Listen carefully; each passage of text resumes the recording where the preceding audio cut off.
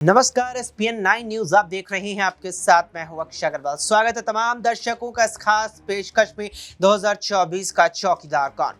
जिस तरीके से 2024 में होने वाले देश की 18वीं लोकसभा के आम चुनावों की उल्टी गिनती शुरू हो चुकी है, ऐसे में सभी राजनीतिक दलों ने अपने अपने क्षेत्रों में और मुख्य रूप से उन सीटों पर जो गठबंधन के तहत उनके पाले में आई है वहां पर अपनी तैयारियों को और भी ज्यादा बल दे दिया है।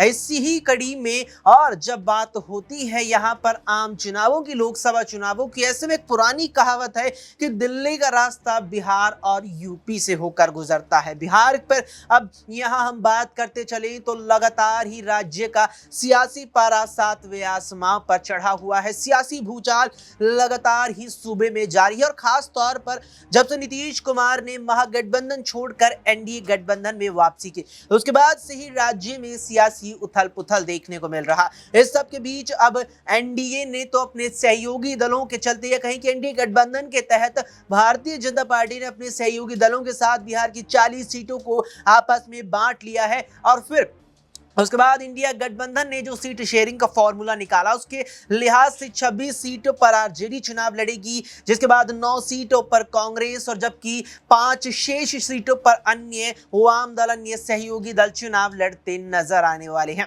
इस बीच चर्चा का विषय बना हुआ है लालू परिवार। यहाँ पर चर्चा इसीलिए ज्यादा हो रही है कि यहाँ पर लालू प्रसाद यादव के बेटे तेजस्वी यादव जो पूरे तरीके से एक प्रकार से इस वक्त पार्टी की कमान यहां संभाल रही है, पार्टी एक प्रकार से कहें तो उनके हाथों में नजर आती है। लेकिन अब चर्चाएं हैं लालू के परिवार की, जहां एक और बेटी रोहिणी यादव चुनाव प्रचार में जुट गई है, तो दूसरी ओर चर्चा यह भी है कि लालू प्रसाद यादव की बड़ी बहू तेज प्रताप यादव की पत्नी ऐश्वर्या यादव भी चुनावी मैदान में थाल ठोक सकती है। ऐसे में कई सवाल हैं जो बिहार के इस संग्राम पर उठ रहे हैं और तमाम सवालों के जवाब न्यूज रूम में मौजूद अपने सभी सहयोगियों से जानने की कोशिश करेंगे। अमन जी सबसे पहले हमारे सहयोगी हैं, अमन जी से जानेंगे कि अमन जी, जिस तरीके से ऐश्वर्या यादव की खूब चर्चा है, हाल के दिन में देखने को मिला कि रोहिणी यादव भी चुनाव प्रचार में जुट गई है, तो क्या लालू प्रसाद यादव अपने परिवार को राज्य की सियासत में और भी ज्यादा मजबूत करना चाहते हैं? देखिए, ये आरोप तो पहले भी लगते रहे हैं। सम्राट चौधरी से लेकर तमाम जो बिहार के बीजेपी के तमाम बड़े चेहरे हैं वो ये बात कहते रहे कि लालू यादव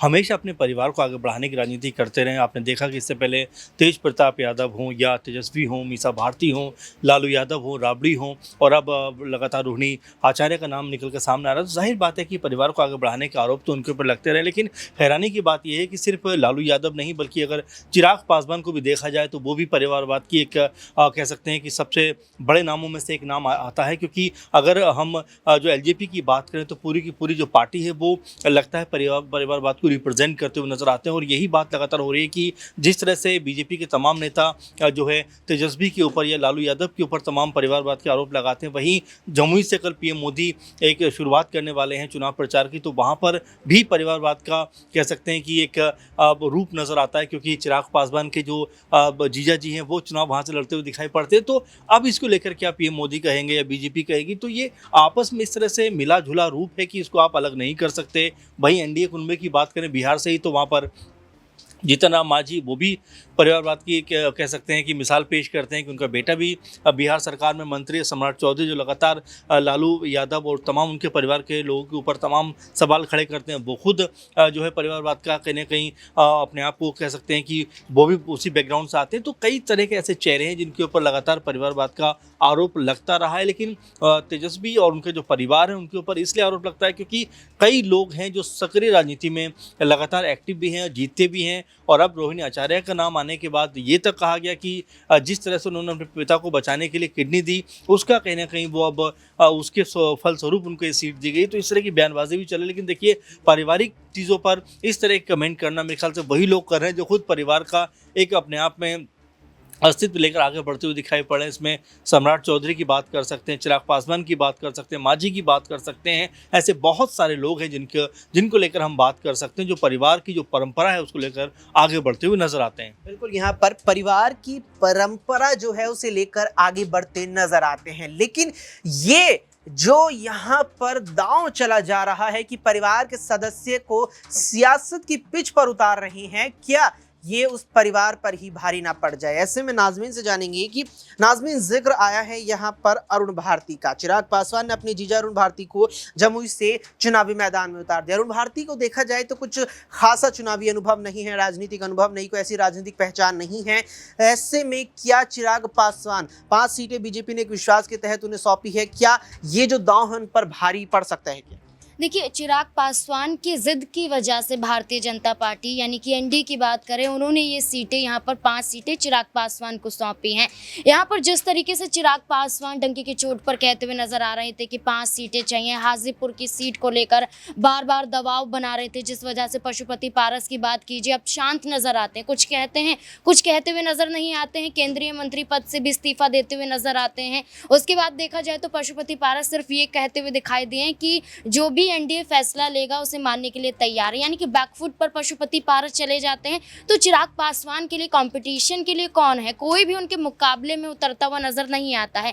आरजेडी की बात करें, कांग्रेस पार्टी की बात करें, उनसे टक्कर देते हुए तो जरूर नजर आएंगे, लेकिन जिस तरीके से चिराग पासवान की छवि नजर आ रही है, जो बार बार कहते हैं कि बिहार में 40 की 40 सीटें जीत कर रहेंगे, वो कहीं ना कहीं नामुमकिन सा लग रहा है। और जिस तरीके से उनके खाते की बात करें, उनके कई ऐसे दिग्गज नेता हैं जो उनका ही साथ छोड़ते हुए नजर आए हैं, जो उनके ही चाचा के रूप में देखे जाते हैं, वो भी यहाँ पर लोजपा का साथ छोड़ देते हैं। तो आप सोचिए कि उन्हें ही भरोसा नहीं है कि यहाँ पर चिराग पासवान जो दावा कर रहे हैं वो दावे वो पूरे कर पाएंगे भी या नहीं कर पाएंगे। तो जहाँ तक मुझे लगता है चिराग पासवान की मुश्किलें कम होने की बजाय अभी बिहार में बढ़ती हुई नजर आ सकती हैं। चिराग पासवान की मुश्किलें बढ़ सकती हैं, क्योंकि जिस तरीके से 2020 में उनकी पार्टी में बड़ी टूट पड़ी थी, चाचा पशुपति पारस ने अलग खेमा बना लिया था, वो डर चिराग को अभी भी है कि जो उनके पास वर्तमान में उम्मीदवार हैं वो आगे चलकर उनसे बगावत ना कर दे। लेकिन ऐश्वर्या यादव का जिक्र कर लेते हैं। यहाँ पर दिनेश हमारे सहयोगी हैं।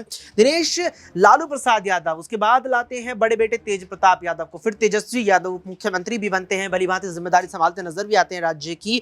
फिर रोहिणी यादव चुनाव प्रचार में जुटती है और अब चर्चा बड़ी बहू ऐश्वर्या यादव की है।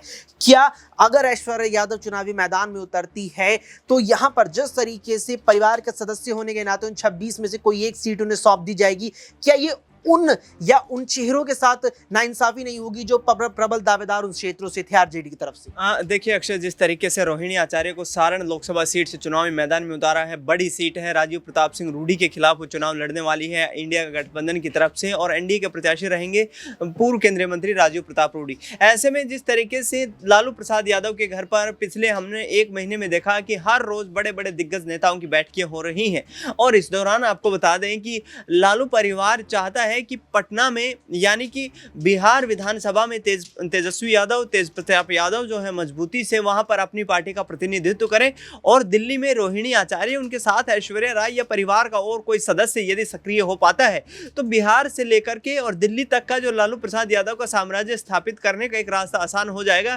क्योंकि देश की संसद में बैठ करके वो बिहार के लोगों की आवाज उठाने की बात कर रहे हैं। दूसरी तरफ बिहार में रह करके वहां के जनमानस के मुद्दों को उठाने की बात कर रहे हैं, और ये साफ तौर पर कहा जा रहा है कि यदि परिवार के ज्यादा सदस्य यहां पर चुनाव लड़ते हैं तो उसमें कोई दो राय नहीं होनी चाहिए, और हमारी कोशिशें लगातार बिहार को आगे ले जाने में रही हैं।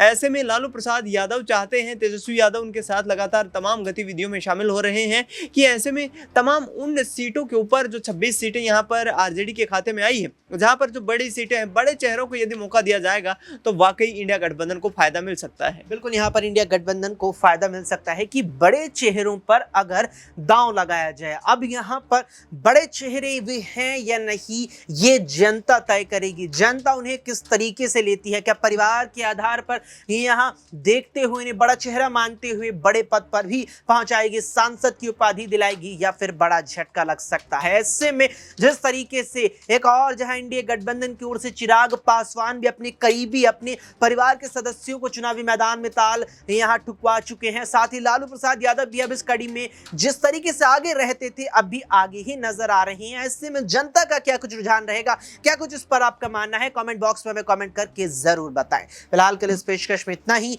देश और दुनिया की तमाम खबरों के लिए आप देखते रहें SPN9 न्यूज।